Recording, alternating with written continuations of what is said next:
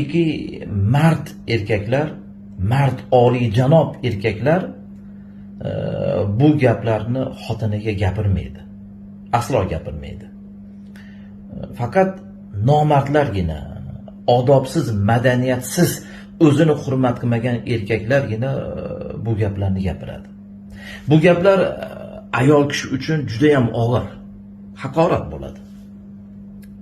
Ya'ni senda ko'nglim yo'q edi, senga uylanmoqchi emas edim, boshqasini sevardim, seni men tanlamadim, ota-onam tanladi, ota-onamga yo'q deya olmasdan senga uylandim degan gaplarni mard erkaklar xotiniga gapirmaydi bu gaplarni.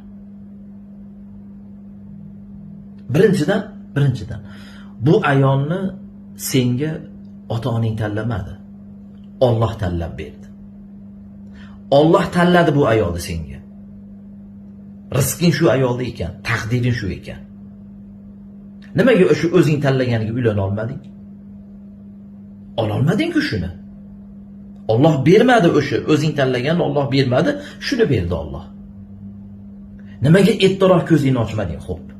Nimaga ota-onangga shuni tushuntirmading? Bunda meni ko'nglim yo'q.